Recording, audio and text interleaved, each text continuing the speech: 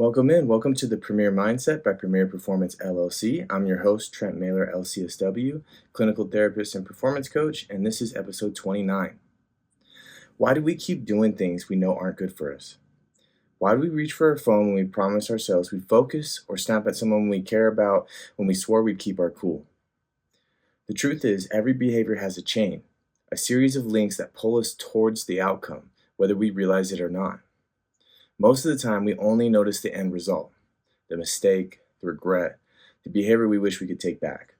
But what actually drives change isn't beating yourself up over the end, it's learning to trace the chain backward and see the triggers, the thoughts, and the feelings that got you there.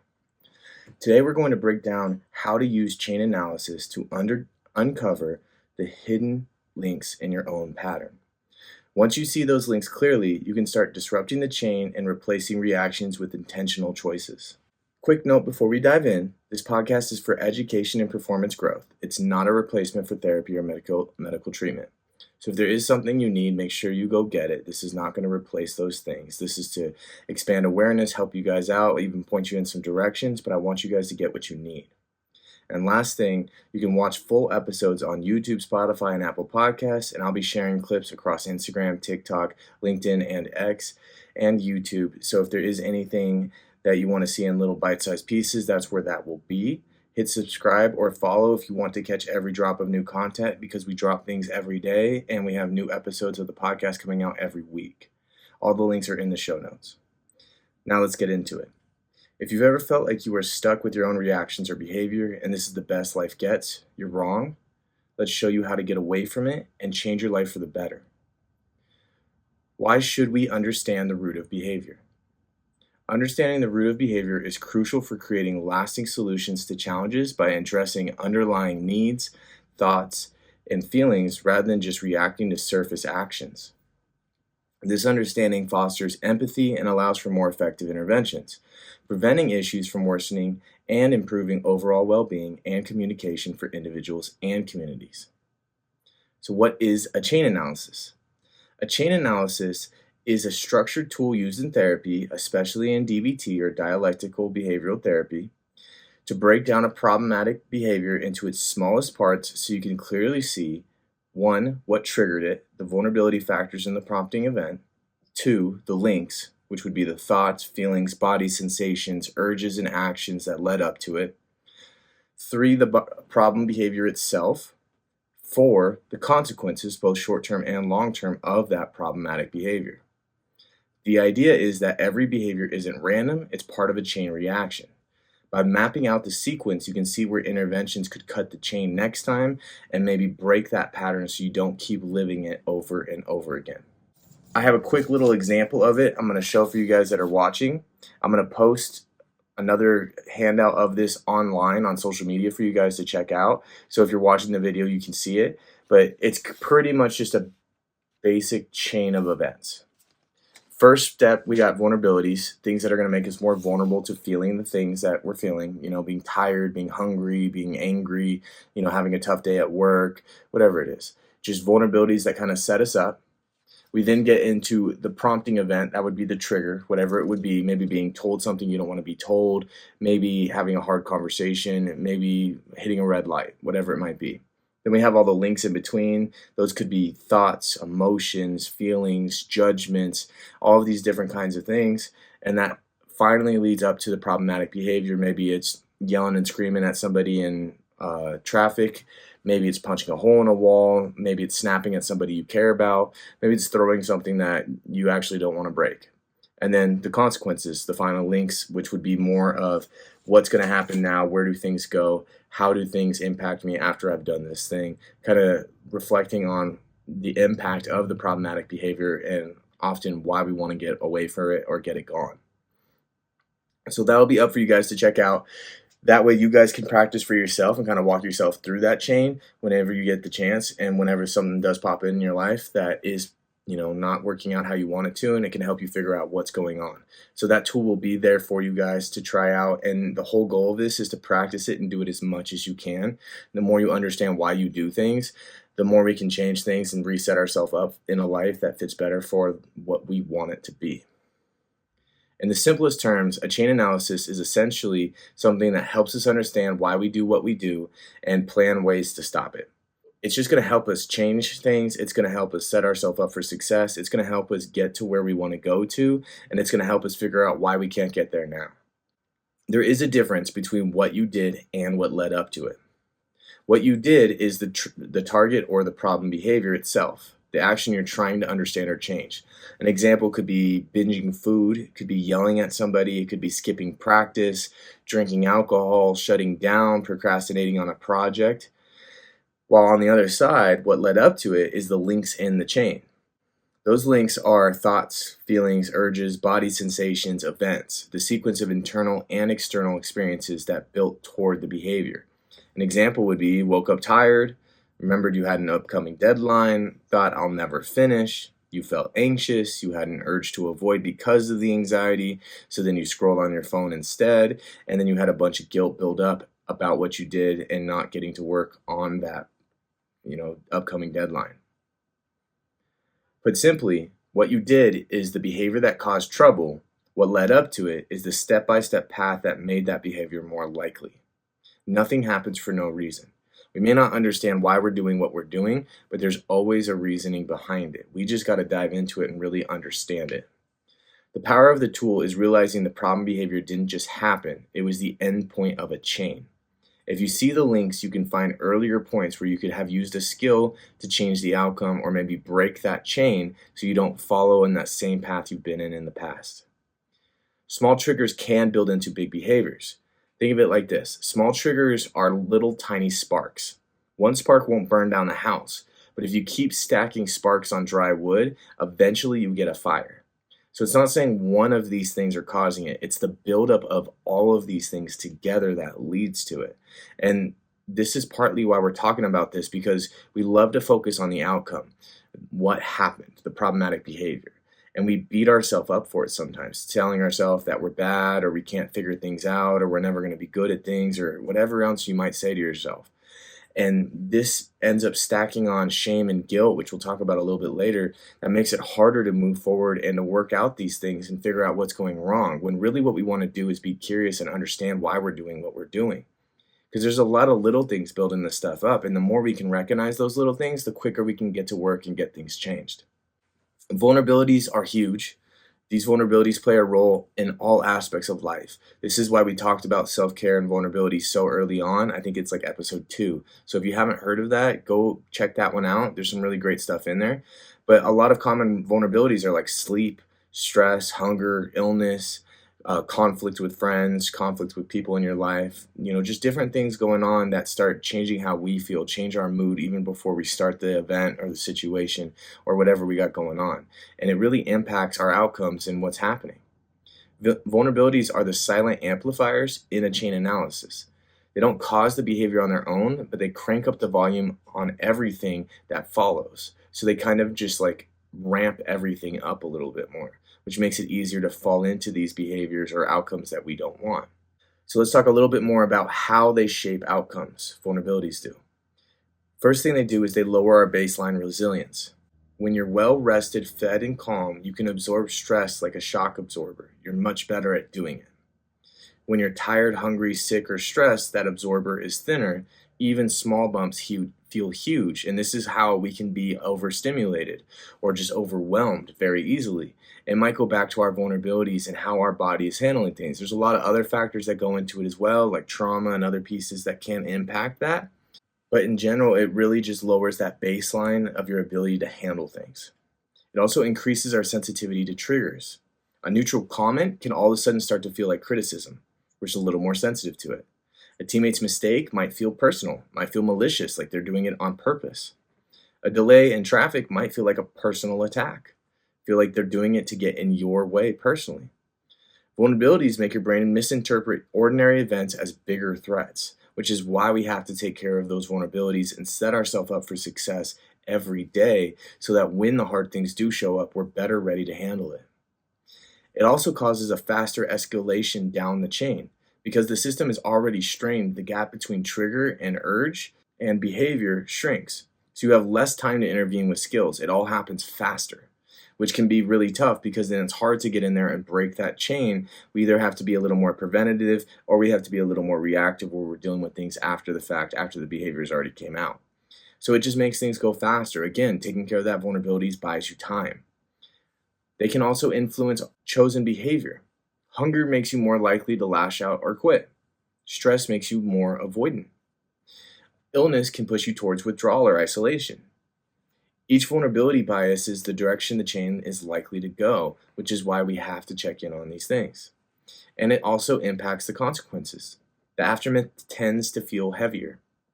There's more guilt and shame and conflict or even physical crash because your system is already taxed. At the end of the day, we're all just people doing the best we can, and our system will max out at a certain point. So we have to take care of ourselves and give ourselves as much room as we can, because once we're maxed out, we're done. And you will see that and you will feel that in your behavior and your thought process and how you're taking on things. A clean way to put it, vulnerabilities don't make you do the thing, but they make the thing easier to happen and harder to stop. So we got to take advantage of these vulnerabilities and set ourselves up. It's kind of one of the quickest, easiest way to start. And this is why I start with a lot of clients by focusing on vulnerabilities to begin, of just how they're doing in their own individual life and what they're getting and what they're missing. Because if we can take care of that stuff, we might take care of some problems before they even show up.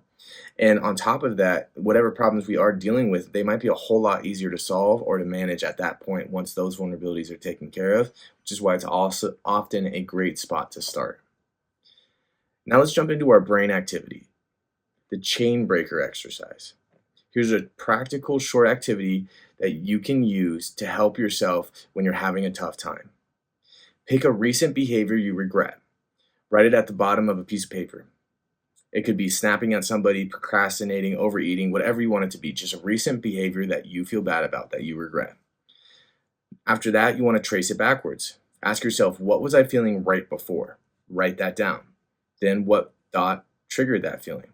Then what situation or event set off that thought? You're literally working backward through that chain, like we talked about, link by link, until you find the first trigger. Once you find that first trigger, you can start putting this all together and figuring out what to do about it. You also want to highlight the first weak link. Circle the earliest point in the chain where you could have made a different choice. That's where your leverage is. So maybe that happens after the first emotion that comes in for the triggering event. Maybe you're stuck in traffic. So then the first emotion comes in is frustration. We could get into all the judgments of, I hate this, or this is on purpose, or why can't people just drive the way they need to drive, or whatever else we might say to ourselves. And often those judgments end up accelerating emotions. So maybe after that first emotion hits, once we feel the frustration and the anger, maybe I put on a podcast that I really enjoy that makes me calm down a little bit. Maybe I put on some meditation music that makes me feel a little more relaxed. Maybe I put on just a playlist that I enjoy and it makes me feel happy, right? Kind of jumping in with an intervention right there in the moment to get away from that building and turning into maybe a problematic behavior or yelling and screaming at somebody or whatever else it might turn into. Then we want to plan one disruption. Just like I talked about, that could be using something to break that moment and feel a little different. Write down one thing you could do next time when that early trigger shows up. For example, when I feel stressed out and I want to scroll social media, I'll take a 2-minute walk first. And then maybe if I want to scroll social media, then I can, but I at least got that piece out. So maybe I do want to do that. Maybe after that walk, I feel better and I actually don't, and I feel okay. An optional bonus would be share your chain with somebody you trust for accountability. This way they can push you to hold yourself accountable and actually break that chain and try these things out. Having a plan is great, but if we don't use it, it doesn't really matter. So we got to take advantage of these things, and sometimes having someone else in the know or being aware of what we're doing can help us hold ourselves accountable, if not them holding us accountable directly. The activity is powerful because it gives people insight right away. Instead of just labeling behavior as bad, we see it as in a sequence that we can interrupt, and that's what it is. We don't want to look at these things as good or bad. They're just, chains, they're habits, they're things we get stuck in. So we want to understand them, we want to pull back from the emotion of these things, and we want to just best navigate it and not get stuck in it. Context matters a lot, and it matters a whole lot more than character when analyzing behaviors. When something goes wrong, the instinct is to explain it by character. He's lazy, she's emotional, I'm weak. That feels neat, but it's shallow.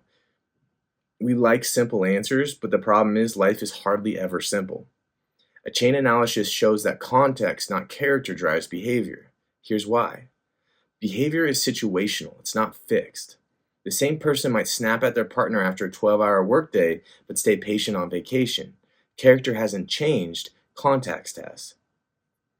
Vulnerabilities also shift the playing field, like we talked about. Sleep deprivation, hunger, stress, illness all increase the likelihood of reactive behaviors. That doesn't mean someone is bad at regulating, it means their system was overloaded. And we could be bad at regulating and have an overloaded system, or we could just have an overloaded system and it just happens sometimes. It's all about context. Chains are built from environment. What led up to the behavior? Who was there? What was said? What pressures existed? You can't see that if you're locked into it's just who they are. On top of it, nothing happens in a vacuum. So we got to understand what is going on in the situation, in the environment, in the context, and that's going to help us better understand why we did what we did or why someone else did what they did.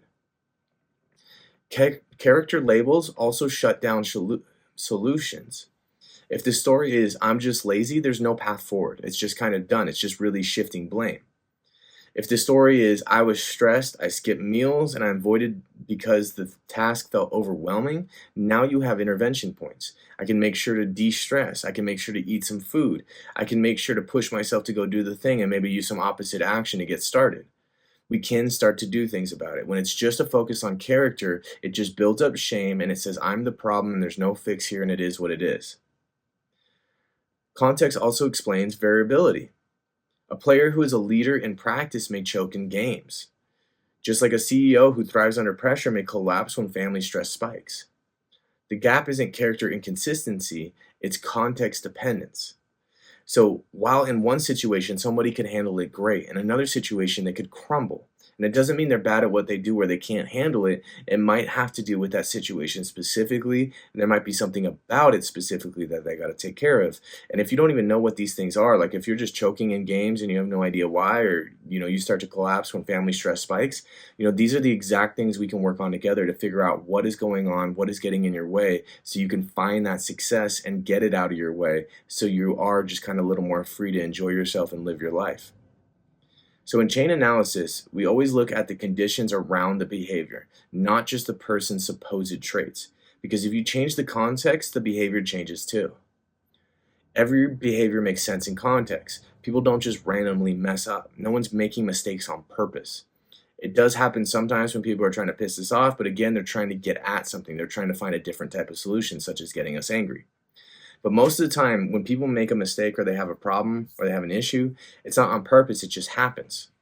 Behaviors are solutions, not accidents. The problem behavior usually solves something in the short term, whether it's reducing stress, avoiding conflict, escaping pain, or maybe even feeling in control.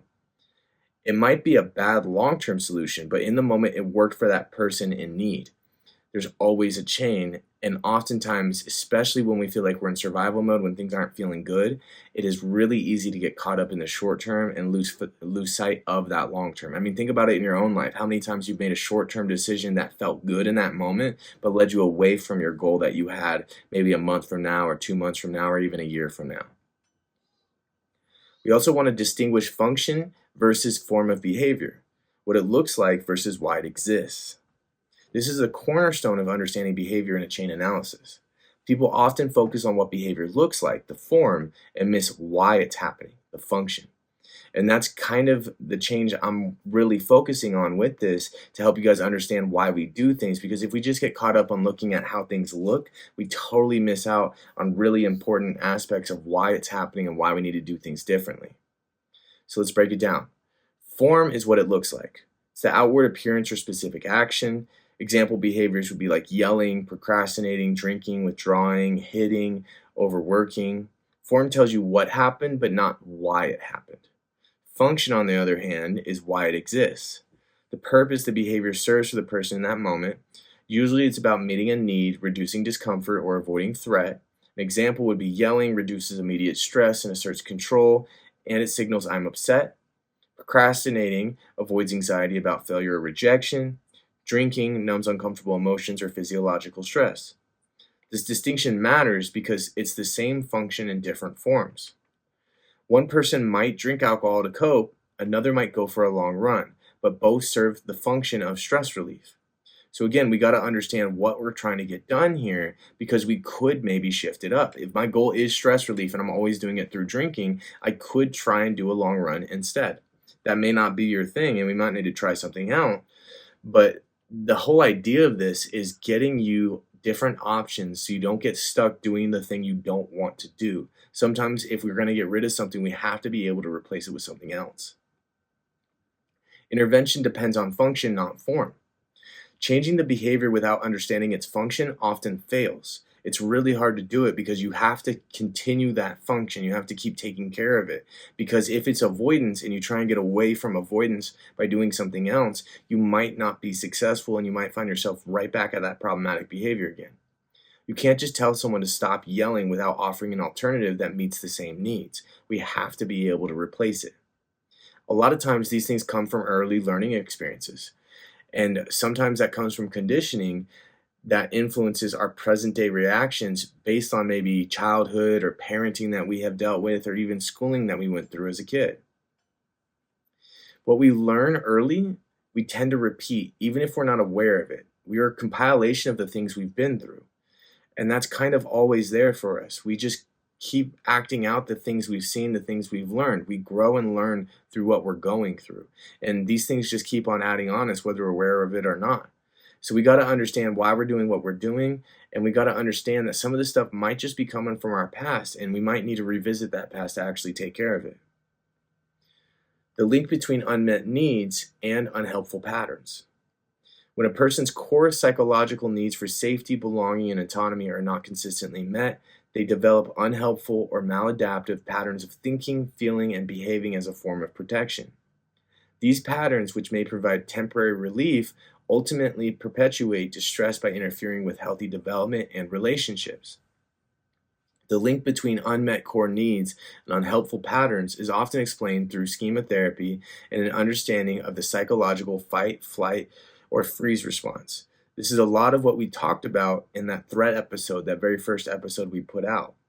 An unmet need is perceived by the brain as a threat, triggering a protective but often maladaptive response to cope with the pain.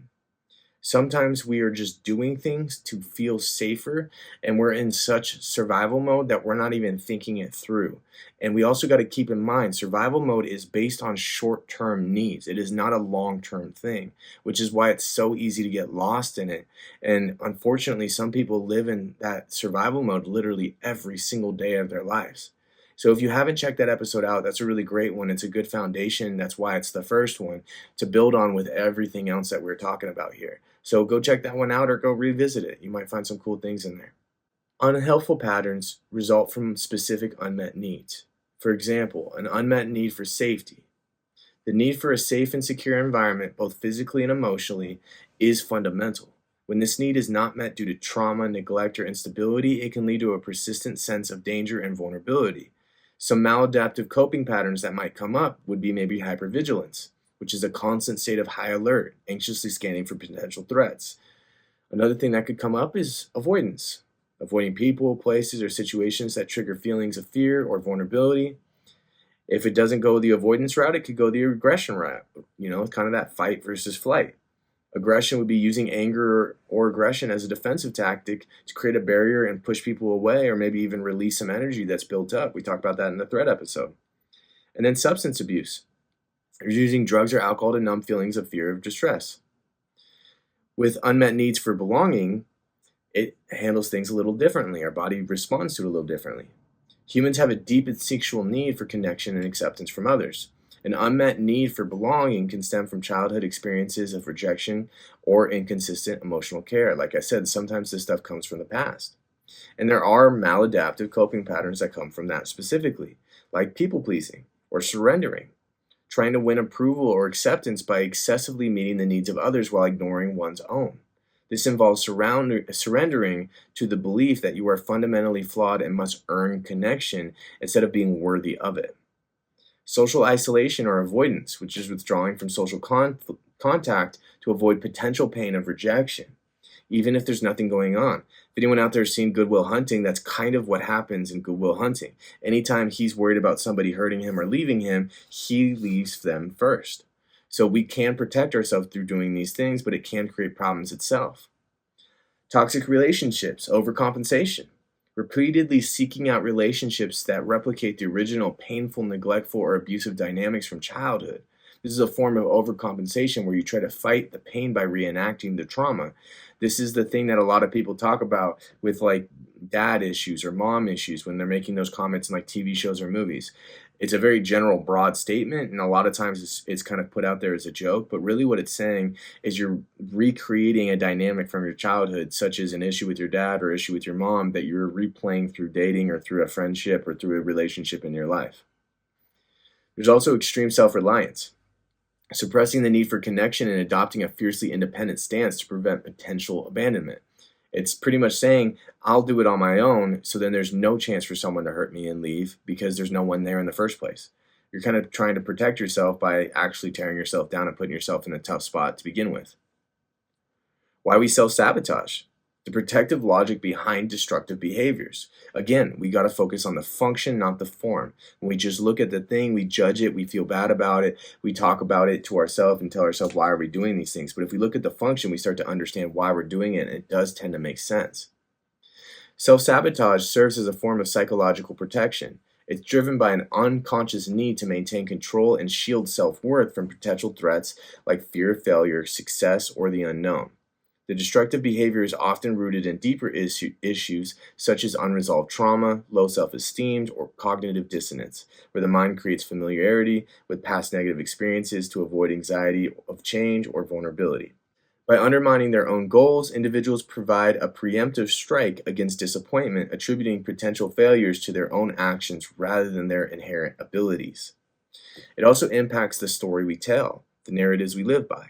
If what I'm doing isn't working with the story I believe about myself, I might try and self-sabotage it to get it more aligned with the story I do believe about myself. And we do a whole episode on that as well, so make sure to go check out that episode too, The Story We Tell. How thoughts, feelings, and behaviors interact in loops. This idea is very common in CBT, and you see it a lot because this is kind of fundamental to the practice of using CBT or cognitive behavioral therapy.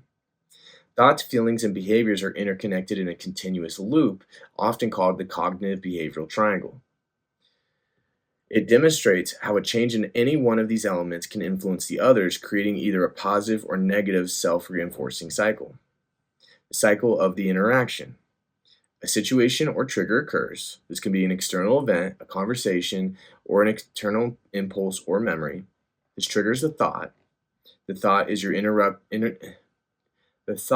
interpretation of the situation, often an automatic internal dialogue. It can be a belief, a judgment, or an assumption. And that thought triggers a feeling. Your emotional response is a direct result of your thought. Different interpretations of the same situation can lead to entirely different emotions, and that's kind of the idea of reframing. You're looking at things differently to change how you feel about it. The feeling drives the behavior. The emotion you experience influences how you act or what you do or don't do. For example, anxiety might lead to avoidance. The behavior reinforces the thought. The outcome of your behavior then feeds back into your thoughts and beliefs, reinforcing the cycle. This creates a powerful feedback loop that can become deeply ingrained over time, such as, I couldn't do that thing, it was too big, I had to avoid it, I can't handle it. So next time you're trying to face it, it feels even bigger because you reinforce in your mind, I can't do this thing. Avoidance feels rewarding in the short term, but it usually compounds long-term pain. The rewarding feeling of avoidance is an immediate temporary relief from anxiety or discomfort, which reinforces the behavior because it kind of worked. I got away from that thing. However, this strategy creates a vicious cycle that compounds long-term pain by amplifying anxiety, hindering growth, and eroding self-esteem.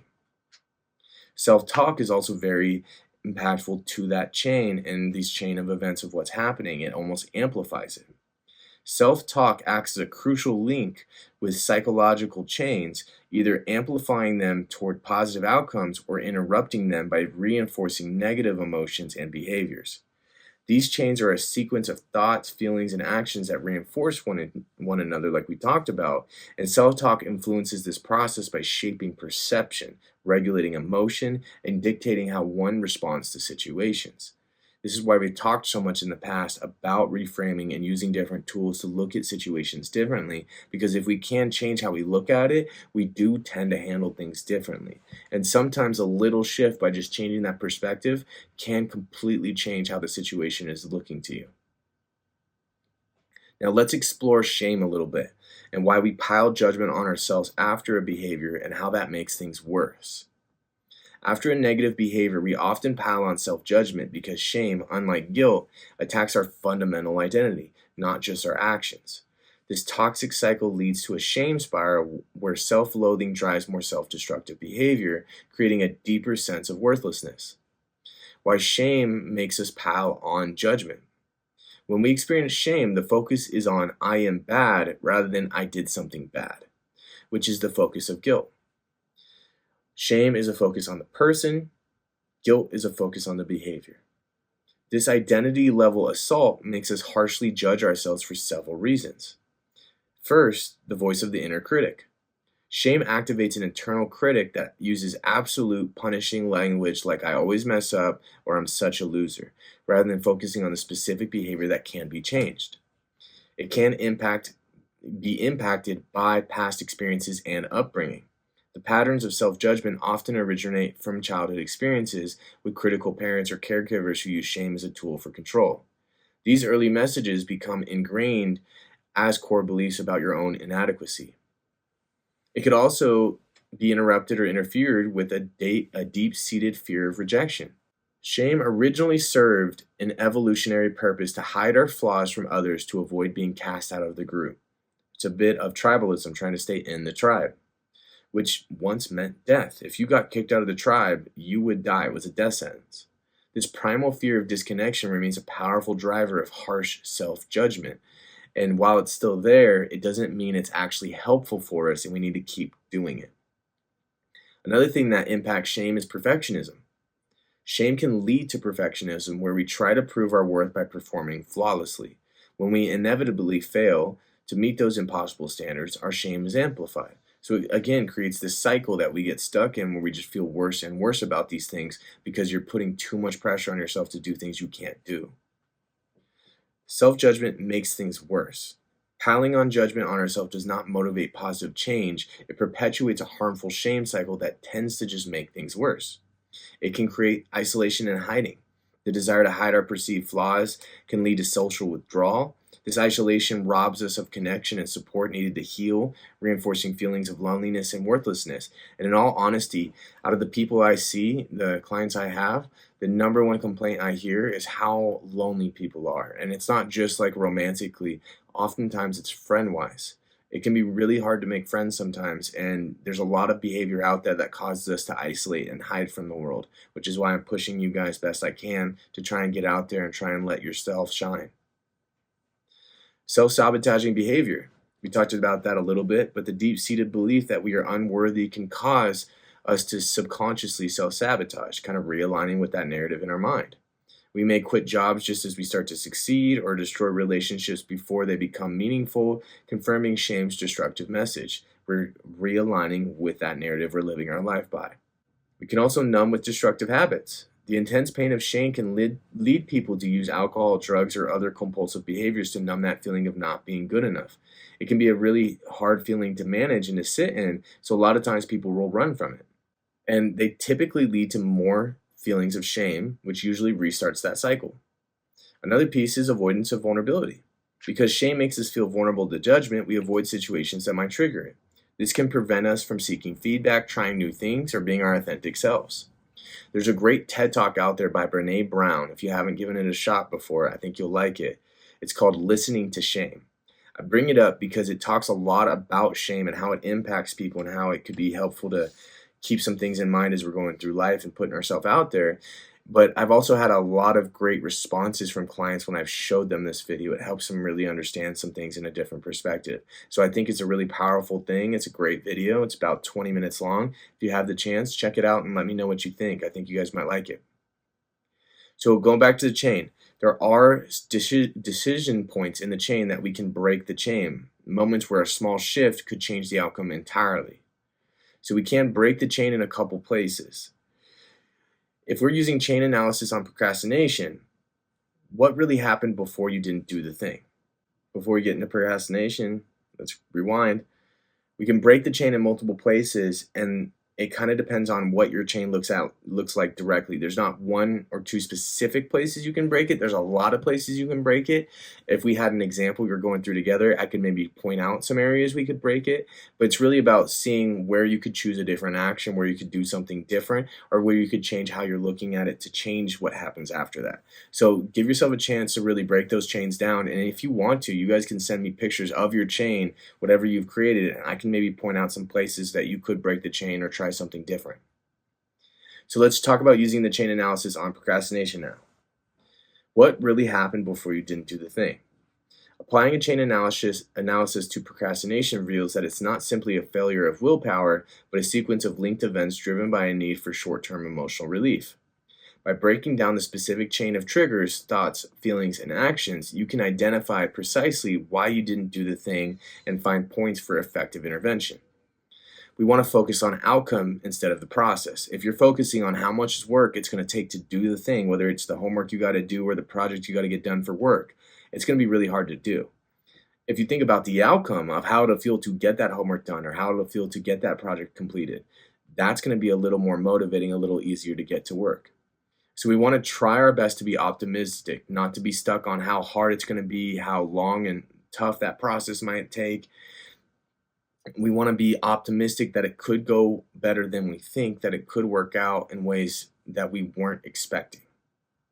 We can also map out anger blowups using chain analysis.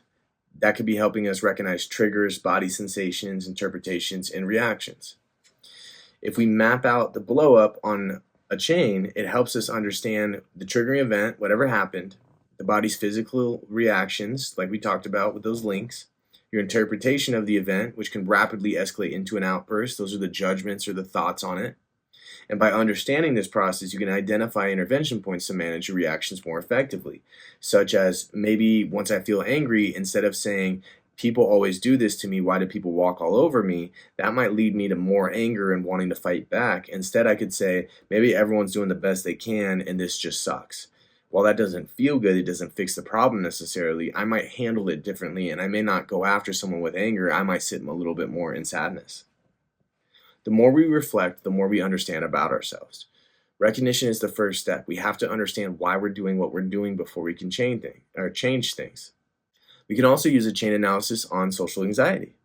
So again, we identify the problem behavior. Begin by identifying the specific problematic behavior you want to change. This could be ignoring a text message inviting you out, making an excuse to leave a social event early, staying silent during a meeting, or avoiding speaking up. We want to identify the prompting event, pinpoint the specific event or trigger that initiated the behavior chain. This can be an internal event, like a distressing thought, or an external one, like a situation in your environment. An example could be an email arrives in your inbox from your manager asking you to give a presentation at the next team meeting. We then want to describe our vulnerabilities. Consider any factors that made you more sensitive or susceptible to the prompting event. These are predisposing conditions that existed before the episode began. You have been maybe getting less sleep than usual due to stress from a recent personal issue. You also tend to believe that you aren't taken seriously at work. So maybe those are things that are kind of setting you up to fall into this chain. We then map out the chain of events, trace the sequence of internal and external events that occurred after the trigger and before the problem behavior. This can include a mix of thoughts, feelings, and physical sensations, such as thoughts and interpretations of I'm not good at public speaking, everyone will think my ideas are stupid, or I'm going to embarrass myself. You could have feelings of dread, fear, or shame. You could have physical sensations like a racing heart, tight chest, sweating. You could have the urge to avoid a situation, to procrastinate, to ignore the email. And maybe the action is ignoring the email from your manager for several days. And then we want to analyze the consequences. Evaluate both the immediate and long-term consequences of your problem behavior. Consider how they affected you and your environment. Short-term consequences, you usually feel an immediate sense of relief from the anxiety of responding to the email or preparing for the presentation or whatever else you're doing. That's why we fall into it. It's usually short-term relief. Long-term, though, you experience more anxiety and shame as the deadline approaches. You feel more insecure about your job, and you miss an opportunity to share ideas with your team, which might limit your ability to be promoted or climb the ladder or be trusted with more responsibility. After we do all that, after we map everything out, we want to identify solutions for skillful behavior. So look back through that chain analysis and find opportunities to apply different skills. For each link in the chain, consider what you could have done differently next time. Maybe in a certain part, there wasn't much I could do about it. Maybe it just is what it was. I did the best I could, and yes, it just sucks. Sometimes that happens. But oftentimes, there is something we can do about it. So let's be honest with ourselves and reflect and really figure out what we can do to change things. We want to try and change the prompting event. Can you avoid or change the trigger? For a social anxiety episode, the trigger is often unavoidable, so you focus on changing your response. We can also reduce vulnerability, do the self-care to take care of us, and add in missing skills. You could go back to any of these past skills that we've talked about in any of these past episodes. We've gone through different skills on pretty much every episode, and we have some episodes that are a little more skill heavy, like the distress tolerance or our emotional regulation episodes. We can use mindfulness. Notice your anxious thoughts without judgment rather than getting entangled in them. So you're not getting too caught up, you're just kind of getting through them. You could also use interpersonal effectiveness skills like Dear Man. We're going to get more into interpersonal skills in a future episode. So those are going to be helpful, and I'm not going to go fully through those right now, but Dear Man's a great one, and we will get into that in a future episode, so keep an eye out for that. And then after we go through using different skills and things that we can use, we create a new plan. Based on your analysis, devise a plan for the next time you face a similar situation and write down the new skillful behaviors you will practice. So maybe the new plan is, next time I get a presentation request, I will immediately acknowledge the email, practice paced breathing to manage my initial anxiety, and ask my manager for more details and a clear timeline for preparation. I will also make an effort to get better sleep the night before to reduce my overall stress. And notice there isn't anything in here that's just like an outward solution to not feeling anxious about doing this. Because this isn't about just making it easy. It's about making it easier to deal with the hard things. That's what we're doing here. We're trying to make it easier to manage, not just get it gone, not just avoid it. We still got to do the hard thing. We just got to make it a little easier to access. We can also use chain analysis to understand habits like overeating, scrolling, drinking, or avoidance. We can use chain analysis on pretty much anything. We use chain analysis 10,000 different times all day long. You can ask yourself why you hit a red light and start going through all the different things of that car cut me off and they're driving really slow and that's why we missed it. That's a chain analysis. You're just doing it really quickly in your mind. So these things are very common and we're very familiar with them. We just got to practice using them in a more mindful, productive way. You can also apply chain analysis to success. You could trace it back and help you figure out what performed well. To apply a chain analysis to trace back what helped you perform well, you can use the backward induction or reverse planning method. Instead of starting from your current situation and trying to predict the future, you begin with a successful outcome and work backwards step by step to identify the specific actions and decisions that led to it.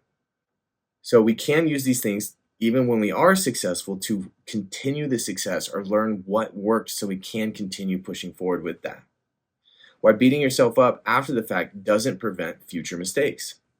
Beating ourselves up, at least in the movies, is supposed to motivate us so that we don't repeat our past mistakes and errors. The problem here is that we don't actually learn. Beating ourselves up makes us feel worse and it makes us feel like we're in control. At the same time, it distracts us from the unpleasant memory. It's avoidance that we have decided is productive instead of seeing it for what it really is, which is just kind of piling on shame and judgment on ourselves. So I understand why we want to do that. We think we're helping ourselves learn and that we're going to perform better in the future. But in all honesty, you guys learn from it. You know it. That's why you're trying to hold yourself accountable. We don't need to beat ourselves up once we've learned the mistake. Let's just get to work now. And once you're beating yourself up, you're actually making the work harder because you're going to have to heal and work back from what you built up by beating yourself up. And that can be really time consuming by itself too.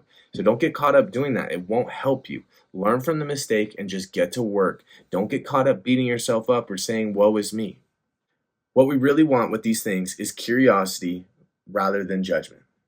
Shifting from judgmental self-criticism of why am I like this to a curious self-inquiry of what happened is a more effective and psychologically healthier way to understand oneself and promote growth. The judgmental approach creates a cycle of shame and defensiveness, while the curious approach fosters self-compassion and resilience. Curiosity works better because it offers clarity instead of a distorted view.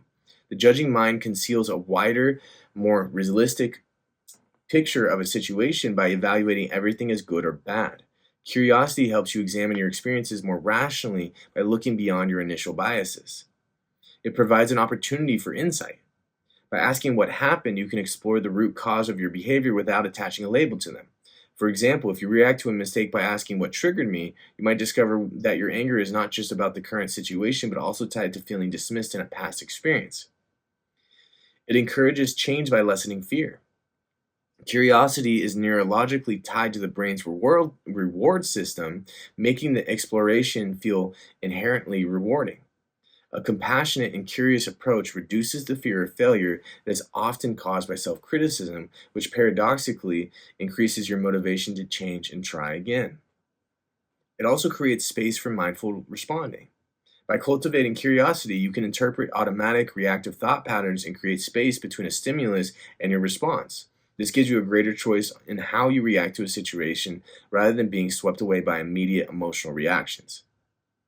It can also build emotional resilience. By approaching your struggles with kindness and understanding, you generate positive emotions that help you cope with challenges. Research shows that self compassion, which is closely linked to curiosity, leads to greater emotional resilience and mental well being. We got to try and reframe mistakes as data. What they tell us about our needs, triggers, and resilience helps us figure these things out, and that can help realign with that curiosity of just trying to understand these things. If we're taking these mistakes on as a personal character flaw, it's going to usually lead to avoidance of some kind or some sort of fight response. And this is why sometimes people resist digging into the why. Sometimes they're worried of what they're going to find. When people resist digging into the why of their behavior, the root cause is often a fear of what they might uncover. The psychological resistance to self-reflection and introspection is a protective mechanism to avoid uncomfortable truths, emotional pain, and the need for difficult change. Again, we don't do anything for no reason. Even avoiding thinking about something is for a reason. We just got to understand the function. Why am I doing this thing?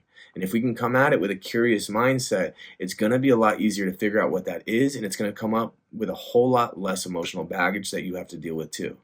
How understanding the chain reduces shame and increases agency. Understanding the chain analysis process can reduce shame and increase that sense of agency by shifting focus from perceived character flaw to a solvable behavioral pattern. By methodically breaking down a negative behavior, individuals can pinpoint specific triggers, emotions, and thoughts that led to the event, allowing for compassionate and non-judgmental observation. So the chain analysis reduces shame by depersonalizing the problem. Instead of viewing a problematic behavior as proof of a personal failing or a character defect, a chain analysis frames it as a learned pattern or an episode in a chain of events, and this perspective helps remove the intense self-blame that often fuels shame. It identifies the function of the behavior. The analysis reveals the ineffective behaviors, even highly destructive ones, often serve a function such as avoiding or escaping overwhelming emotions like shame and fear. This insight normalizes the struggle and shows that the behavior was an attempt to cope, albeit an unskillful one, but we can now get to work and replace it with something that's going to work out a whole lot more better. It also reinforces non-judgmental observation. This process is done in a collaborative, non-judgmental way, often with a therapist. You can do it on your own, but a lot of times, I do these things with clients in the moment, which reinforces the importance of self-compassion. This is part of that acceptance-based approach in DBT, where this chain analysis is widely used. Teaching yourself to intervene earlier in the chain instead of at the end is going to help. With getting better with things, we really need 3 things: recognition, reflection, and practice. If you're able to see what's happening, you're able to reflect on why you're doing what you're doing and what's going on, and you're able to practice new things and practice new interventions that are going to help you, things will get better and you will improve, you will grow. But we have to be willing to do it. All behavior at the end of the day is an attempt at problem solving, even when it doesn't look like it. All behavior stems from attempts to solve problems by achieving a desired goal, even if the solution is maladaptive or unhelpful. A problem is defined as a gap between a current situation and a goal state, and behavior is the means to bridge the gap. What appears as bad or unhelpful behavior, such as acting out or struggling with tasks, is often an individual's current, though ineffective, solution to a problem they cannot manage otherwise. Sometimes we don't have any other tools to use at that time, and we're doing the best we can, which is why sometimes we need to give ourselves grace. Once we see everything laid out in a chain analysis, it helps us notice those hidden patterns that we don't notice day to day. It helps us break it down and see things that maybe we've missed before. And that can help us get to work and put in some new interventions, try some new strategies to set ourselves up for more and more success. There's also a difference between responsibility and blame. Blame assigns fault or wrongdoing, focusing on a negative past and often leading to defensiveness or shame, while responsibility, in contrast, is about acknowledging your role and taking ownership to find solutions and foster growth. While blame is a backward looking emotional judgment, responsibility is a forward looking, empowering commitment to learn from a situation and make things right. So be wary of blaming yourself and just beating yourself up versus actually taking responsibility and owning it and looking for ways to improve or grow from it and not be stuck just pointing the finger at someone else. Understanding the root helps you move forward instead of staying stuck. If you don't know what's causing it, you can't stop it or change it. So we have to understand what's going on, we have to understand what's getting in our way, and we have to jump on it to take advantage of it to get things set up in a better way for us to find success in our life. And every single one of you out there can do it. We just have to get to work, and there's gonna be a lot of trial and error. These are things that we practice over and over again. I often print out like 10 to 20 sheets of these things to give to my clients just to get started, because this is how often these things are going to happen. This is not you do a chain once, then you fix it and everything's good. So be willing to practice it, be willing to get started now and get out of being stuck and get moving again. If you're feeling stuck anywhere in life, use a chain analysis and see where we need to take it. So I got a couple questions for you guys that I want you guys to reach out to me and let me know how you're feeling about it. So send me a DM on any of the social media sites, send me an email, send me a text, whatever you want to do, however you want to send it to me. I want you guys to kind of send me these answers because I want to hold you guys accountable to doing that work and reflecting on it yourself. So the first question, what's one behavior you beat yourself up for, and what might the chain behind it look like? So I want you guys to do a chain for a behavior and see what it looks like. See if you can understand why you're doing what you're doing, and let me know what that understanding is. Maybe it's just a quick summary. Maybe you don't know and you're trying to figure it out and you let me know I'm stuck on this thing. Help me out. But I want you guys to let me know why you're doing one of the things you're doing that you beat yourself up for.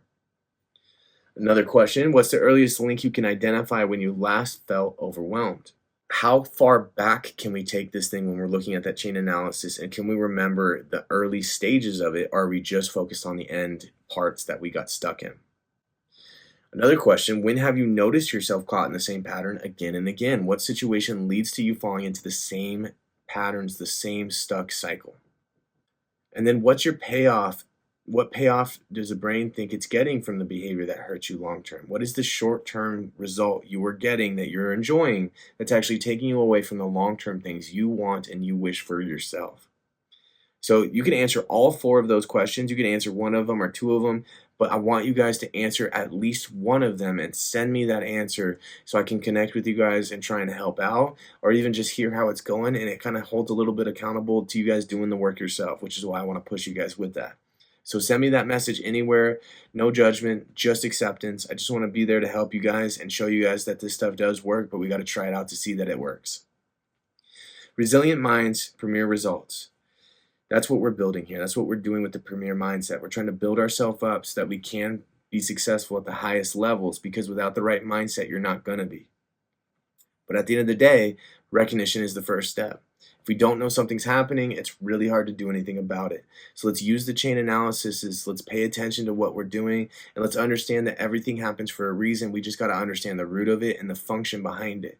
Don't beat yourself up. Don't judge yourself. Don't blame yourself. Find out why you're doing what you're doing, and let's work to change it by still taking care of the function that's underlying underneath it all. Share this episode with anyone that you think could benefit from this. If you have people in your life that have struggled with behavior, if you have people that don't understand why they do what they do, if you have people that are just kind of shutting down in ways that you find super unhelpful and you think they could get some benefit from trying to open up and figure these things out, send them this episode. It might be really helpful for them. It might give them some tools that really helps them reclaim their lives in some awesome ways. And if you benefit from it in any way, leave us a review. That would be awesome. It really helps us get this out there and spread the word and just get this in front of as many people as we can, which is the ultimate goal. We just want to help people out and give them the tools to be successful in life, because it's just wonderful to see people be successful and create great things in their life. And it usually leads to good things for everyone else as well. A rising tide lifts all boats. So let's not be afraid to help people out. And if it was helpful, just let us know. We'd like being involved and hearing how things are working. With that, I make it a point to give you actionable tools to find success in your life, so I would like to know how it's going. If it is working, that's great. Let me know. If it's not working, that's okay. Tell me, and I can really try and talk about other things, or maybe try and come up with other ideas that could help you a little bit more too. So let me know how it's going. I love staying connected. I want to hear about the success. I want to hear about the disappointments, the struggles, anything in between. And there's a lot of different ways you can reach out. You can email me at tmailer@premierperformancereno.com. My last name spelled Mahler. You could text or call me directly at 775-561-0056. We have the Instagram and the TikTok with the same name for both of those, which is premier_performance_Reno. So we'd love to see you on there if you could jump into those communities. And then we have our Facebook page and our LinkedIn page with the same name, which is Premier Performance LLC for both of those. So again, jump in those communities. We'd love to have you guys. And then we have the Twitter or X account at Premier Reno LLC, and the website www.premierperformancereno.com. So connect with us in all these different ways. If you have anything to reach out to me about, I'd love to hear from you guys, and those are great ways to reach out to me through any of those. If I don't reach back, it's not because I don't want to. It's usually because I just didn't see it yet, or maybe I'm busy with something. So don't be afraid to blow me up. It won't bother me. I just want to help out as I can. I want to be a resource for you guys. So let me be there as I can be. Next week, we're going to continue to build on this, and we're going to talk about building self-esteem and confidence, which is a huge piece of success and reaching for these high goals, because if we don't feel like we can do it and we can't put ourselves out there, it's really hard to reach them. So we're going to jump into that. We have new episodes coming out every Sunday, and we're going to keep dropping them. We're going to keep building that premier mindset so you guys can reach that premier performance in your life with whatever you are doing. I want you guys to go enjoy yourself, go have a great week, go do the best you can do. Reach that high and put yourself out there and see how far it takes you. Don't be afraid to understand why you're doing what you're doing, and don't be afraid of growth. It can be uncomfortable, but it's usually worthwhile. Trust yourself, you can handle it. Have a great time. If there's anything you guys need, you let me know. Otherwise, I'll see you next week, and we will keep going. I'll talk soon. We'll talk soon. Have a good one.